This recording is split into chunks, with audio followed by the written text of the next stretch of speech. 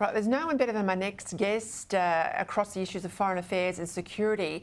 So what does he make of Anthony Albanese's first cabinet, Penny Wong? Well, she certainly clocked up more miles than her predecessor, and on the face of it appears to have hit the ground running in the Pacific. Richard Marles, we've heard me on Richard Marles. I think he remains a serious concern on China in a portfolio as critical as defence.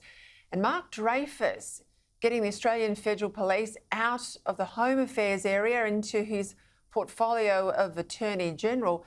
Well, that seems like a bit of a backward move to me, given how important the AFP is to the work of Home Affairs. Welcome to the show, Greg Sheridan, Foreign Editor at The Australian.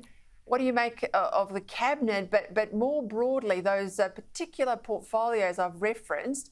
How do you rate the newly appointed ministers?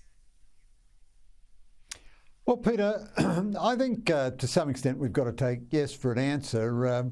The people elected a Labor government, and I think as Labor governments go, this is about as good a cabinet as you could hope for. I'm very encouraged that Albanese keeps citing Bob Hawke as his model, whereas Kevin Rudd kept citing Gough Whitlam as his inspiration.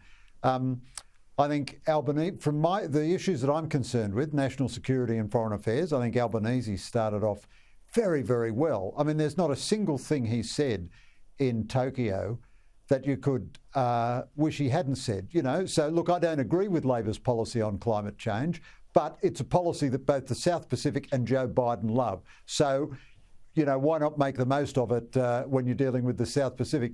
You're quite right to observe that Penny Wong seems to have made more trips to the South Pacific in 2 weeks than Maurice Payne did in the last 2 years. And we know now, because of the brilliant reporting of my colleague Ben Packham, that Maurice Payne took a package on the South Pacific to the National Security Committee last year and was knocked back. And it was specifically to address Chinese encroachment in Solomon Islands.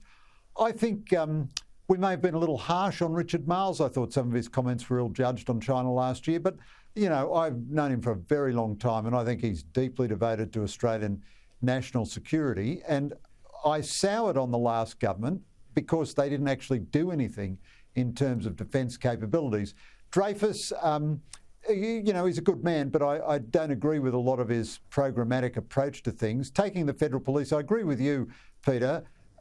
It's not a disaster putting it into Attorney General, although I always thought ASIO was a more natural fit in Attorney General.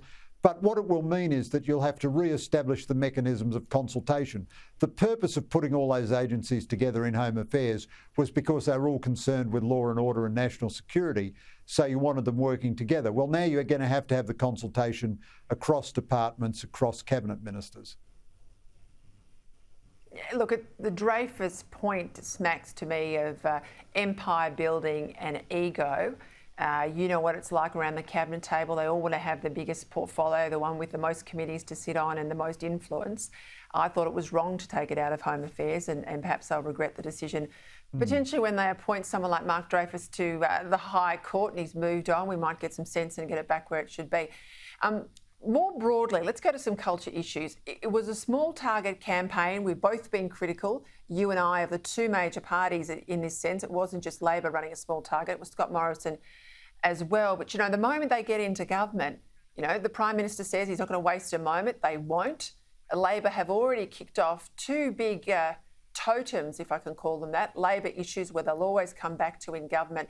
One obviously is the Republic. The other is this Indigenous voice to the Parliament.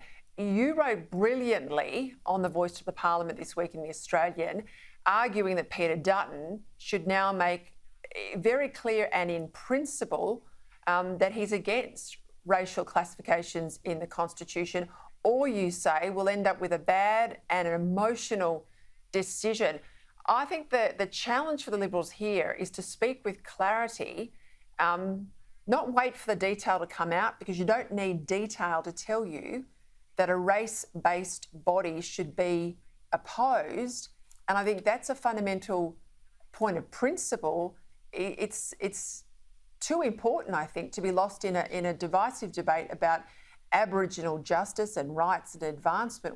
I think we can all agree on that. But this race-based body in the Constitution is gravely concerning. Yes, I think you're absolutely right, Peter. And I think the media kind of missed a big development on your program. Was it just last night when former Prime Minister Tony Abbott, who was so devoted to reconciliation in every way and invested a lot in Noel Pearson, came out explicitly against the constitutional mandated voice to Parliament. I think that's a very significant development.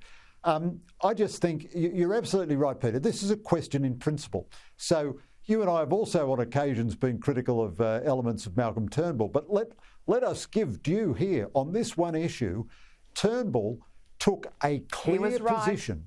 He didn't have to wait for any detail. He saw the proposal and he said, no, an elected body in the Constitution for which only one race can vote or stand is inconsistent with liberal democratic principles, and it's wrong. He took the matter to Cabinet. Cabinet rejected it. There was a joint statement afterwards which was clear and crisp. But then, now I don't want to appear to be beating up on Scott Morrison all the time, because it's an easy thing to do on a defeated Prime Minister, and he did a lot of good things and he's a really good person. But for some reason, the Morrison government never defended that position. That was the official Liberal Party government position, and then they never defended it. And instead you had wet backbenchers, getting plaudits from the media by saying they were in favour of the voice, and you had the government giving loads of money to Reconciliation Australia and so on to basically, build up support for it. And you had the government sort of double dealing with Aboriginal leaders by encouraging them to go ahead and develop a model for constitutional enshrinement of the voice, even though the government's position was against it. So the Albanese government comes to office and it's got a whole agenda of issues it wants to run. The Morrison government, it seems to me, for 4 years just hid, startled like a rabbit in the headlights, and wouldn't say anything. And as a result, now the debate has kind of got away from the Liberals, and they're in a much worse position than they would otherwise have been. And our nation is in a much worse position, because this will end in tears. Either the referendum will be defeated, which will be seen as a terribly divisive and tragic moment for Australia, or even worse, it will succeed, and then we will have entrenched the most destructive dynamics of identity politics right in the heart of our Constitution. And this is all really because the Morrison government for 4 years refused to defend what was, in fact, coalition government policy. I think it was also, too, the Prime Minister said on Neil Mitchell's radio program in Melbourne that he was not going to get into culture wars, that he didn't want to, wade in on issues that were woke and have those false fights. I think the problem with Scott Morrison, he was a very competent Prime Minister. He could read a poll very well, and I think he was great on the hustings. But I think he lacked conviction. And for all the criticism I have with the lack of polish with Anthony Albanese, he has Labor conviction to his bootstraps, right? And I'll disagree with him and where he might want to take the country. But there's no doubt, unlike perhaps Kevin Rudd, he's an absolutely authentic Labor man. And the problem with Scott Morrison, he was neither conservative nor progressive. He could tell you why he was a Liberal, but I don't think he ever really demonstrated that in the policies that he acted upon as Prime Minister and the ground he gave to the left. Well, I think you're right, Peter. I can't disagree with that at all. And in this matter, so this is a matter of the most fundamental principle. So, look, I esteem and admire Aboriginal culture. I wish for Aboriginal advancement. I've benefited from the wisdom of Aboriginal friends. But I'm absolutely 1,000,000% against racial classifications in our Constitution. If you're a migrant from the Hmong Hill tribes of Laos and you became a citizen yesterday, you are just as good as me in civic status and just as good as any other Australian. No Australian citizen should enjoy more or less civic status than any other Australian citizen. And this was the government's position. But the Morrison government, it seems to me, had made a tactical decision that wherever it could, it was going to avoid a fight. And it never advocated any position. And if you don't advocate a position, eventually the other side wins. I mean, the other example, they were going to set up a climate institute under Bjorn Lomborg to show the costs of excessive climate action. The universities said no, so they just dropped the proposal and forgot about it. Why not set it up, with $100 million as an independent institute? You might say, well, it's a bit partisan, but Anthony Albanese, that hasn't stopped him setting up a Minister for the Republic, which he's perfectly entitled to do, nothing wrong with that. But I just cannot understand the 4 years of the Morrison government where they just wouldn't fight for anything. It'll be interesting to see how this plays out, Greg, because you and I both know nothing will get up in a referendum sense unless it takes all Australians with them, given the rules of a referendum. And critical to that will be Conservative Australians, will be Conservative advocates for a referendum. And if it's lost people like Tony Abbott, it's lost you, it's lost me. Andrew Bolt has long been opposed. It'll be pretty friendless on the Conservative side. Well, absolutely right, Peter. And I think you're right to oppose it on the Liberal side as well. I mean, I've got loads of friends in the Aboriginal community who are not Conservatives, who are opposed to this because they say they already have a parliament to vote for. And why should someone who identifies as Indigenous, who lives in Brunswick, have some say on what happens to remote Aboriginal community in the Northern Territory? The whole proposal doesn't make any sense anywhere, but it's so infused with emotion. They've managed to define it that if you question it, somehow or other you're not a friend of Aborigines.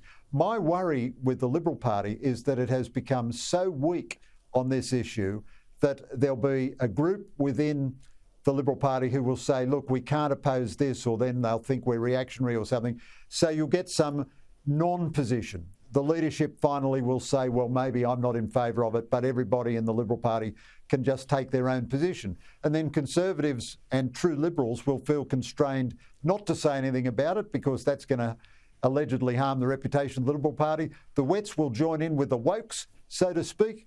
And I mean, you just about could see this thing fall over the line. Although, honestly, I think if the government funds the No campaign as it's supposed to, equally with the Yes campaign, I think I could just about defeat it on my own, really. If I take that back. I couldn't defeat anything, but I think a competent politician could defeat it on their own because it is such a bad proposal. And a lot of these folks say, don't oppose it because it might not get up in a referendum.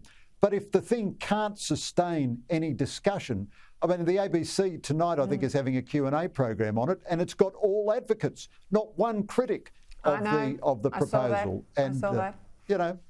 I think that's crackers. A long way to play out, I tell you, but if the Liberal Party goes down the way you just suggested, they'll be in permanent opposition.